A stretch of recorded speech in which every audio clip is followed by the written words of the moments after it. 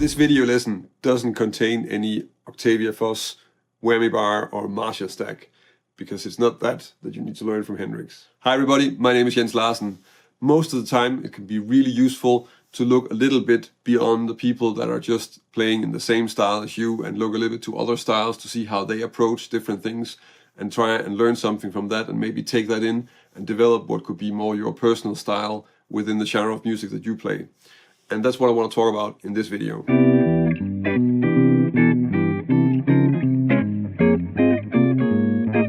This would be a pretty typical way of comping the first 4 bars of the song You Stepped Out of a Dream, which is just the song that I happened to be thinking of when I made this lesson. So really it's just 2 bars of C and 2 bars of D flat major. And if you listen to, like, there's a lot of things going on. Maybe it's a little bit busy for a comping situation, but what you can hear is there's a lot of stuff happening. There are some top note melody movement and a little bit of inner voice. Every time I play something, if I play in this style of music, then I'm playing a complete chord. And maybe if you think of how Hendrix plays something, then you would get another perspective and you can add some other things to it than all the time just playing complete chords.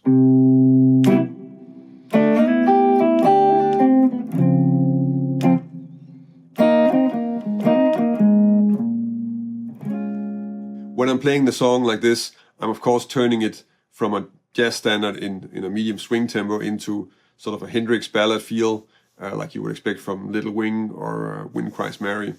But really what I'm doing is I'm taking some of the techniques for fills that Hendrix uses and then try to apply it to these chords. I know that Hendrix didn't actually play a lot of major 7 chords and a lot of jazz chords like this, but you can still take the idea and then try and move it into this kind of playing and then do something with it. So the kind of playing that I'm using as a blueprint for what I'm trying to do with the jazz standard here is really just taking stuff like Wind Cries Mary. So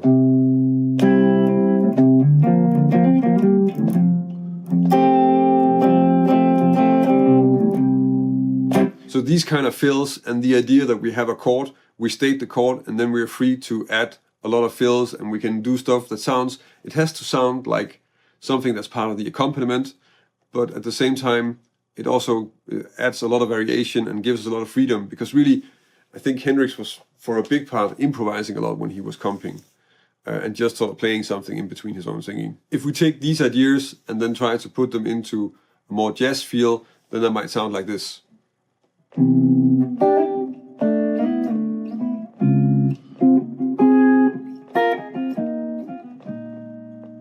It's important to realize that when you try to play chords and then mix that up with some fills that are not necessarily just complete chord voicings, that you don't end up playing your solo lines in between, because most of the time that's not really going to make a lot of sense. So just to demonstrate that.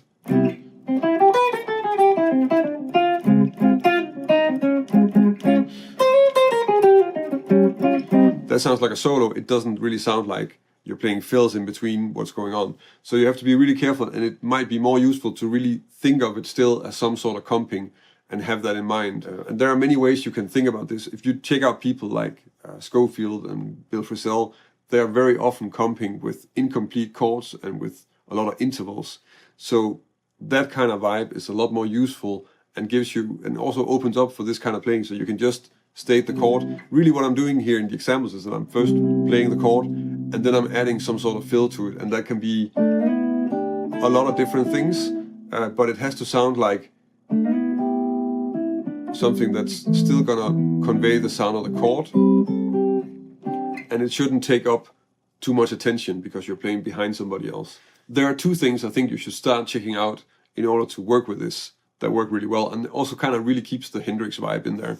And one is using pentatonic scales, because of course his fills, if you have this is really just like a B flat major pentatonic scale, and then you're playing fills with it and you're using a lot of double stops.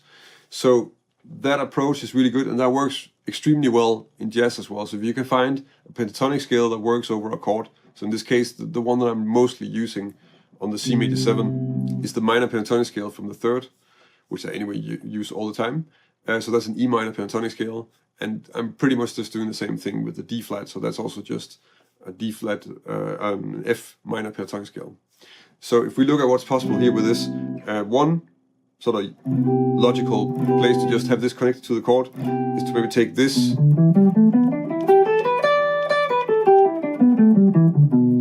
pentatonic scale, because that's also sort of in the region of this C major 7. And what you want to do is you want to use this as double stops and then just try and improvise with it.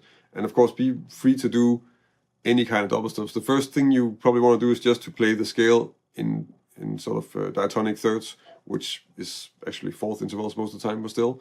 And that would be this.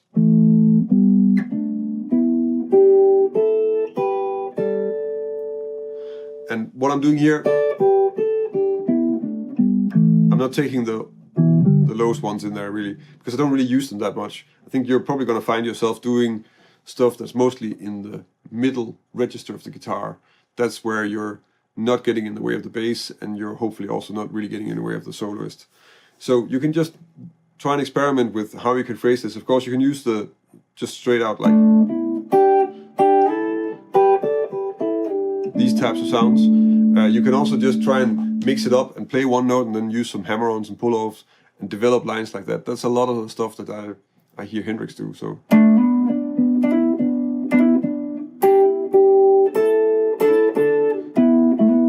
And then I think it's really just a matter of experimenting and slowly trying to develop your own vocabulary of material like this. And of course, if you have it over the C major 7, then try and check it out on the D flat.